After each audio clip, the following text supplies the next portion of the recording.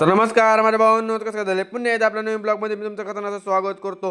खेकडा आता फक्त बघायचं तर खायचं प्यायचं काय नाही. खायचं असलं तर तिकडे उडी मारून गेलो असतो आणि खायला घेतला असता. पण आता महिनाभर खेकडा खायचं नाही ना, मग त्याला मला जीवनदान द्यायचं म्हणून दगडं बिगडं मारून त्याला मस्त पाण्यामध्ये आणलं. त्याला म्हणलं बाबा तू तुझं आयुष्य जगलं बाबा, आता तुला महिनाभर कोण खात नाही, तू आपलं आयुष्य जग. त्याला टाटा बाय केलं. मी आलो बाजाराला. 4 महिन्याने करेक्ट मी बाजाराचं तोंड बघितलं होतं. 4 महिने बाजाराकडे फिरकूनच अहो मला येऊच वाटलं नाही, तिकडे जाऊच वाटलं नाही. पण जरा मम्मीने आज म्हणले तू जावं लागते, चांगला बाजार करून ये. तू आता विसरून जायचे बाजार कसा करत असते म्हणून मला मम्मीने बाजारला पाठवले. म्हणजे चांगला बाजार करून किती गर्दी जरी असली ना तरी बाजार एकदम मस्त करूनच यायचा. आता मी हुडकत होतो कुठं चांगला भेटतं, इकडे भेटल तिकडे भेटल. इकडे तिकडे बघण्यामध्ये आपलं मला टाइम वेस्ट करण्यापेक्षा कुठेतरी जाऊन एकाच जागेवरून सगळा बाजार भरून घेऊ. आणि तेवढं मला दिसला माझा भाऊ. त्याला म्हणलं ए तू बाजार करायला का फोन बघायला आला, तू फोन ठेवून बाजार करायला लाग. त्याला घेतलं उचलला. त्याला म्हणलं फोन लवकर ठेवू. आणि काय करतो म्हणा फोन लावतोय रे, ती मम्मी ते यायला लागली म्हणा. हा पण तू चल माझ्यासोबत बाजार करायला. आता मला बाजार करता करता टाइमपाससाठी काहीतरी खावंच लागते, उभं बोर होते.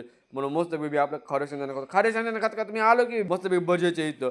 आता तिथं मला लय काय काय भारी भारी आयटम दिसायला लागले होते. भजे, मस्तपैकी शेव, नंतर जिलेबी, भेळ, आ हा हा हा सगळं होतं. पण आता तिथे गरम गरम काय बनवलं होतं, भजे बनवले. आता म्हणलं आता भजेच खायचे, बाकी काहीच नाही खायचं आपल्याला.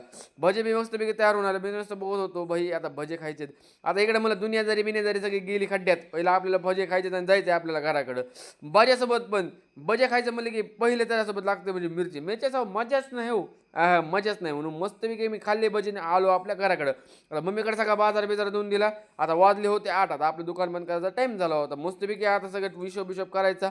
अंडे बिंडीचं काय उतरवून घ्यायचे नव्हते म्हणून आता फक्त दुकान सगळं बंद करून घ्यायचं होतं.